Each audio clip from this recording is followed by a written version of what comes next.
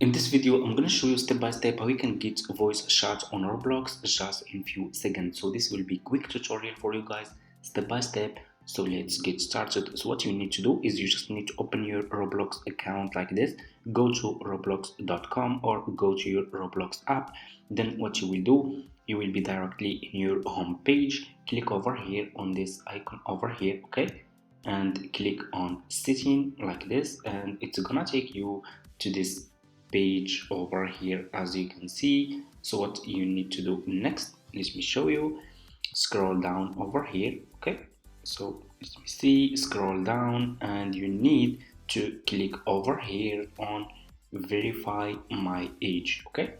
And what you need to do next is you need to verify your age, okay? You need to send your ID card pictures to Roblox team, and then you can get voice chat on Roblox, okay?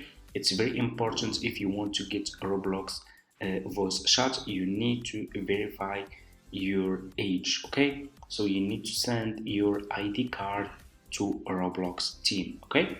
Thank you so much for watching, guys. That's how you can get Roblox voice chat easy and simple, and see you in my next video.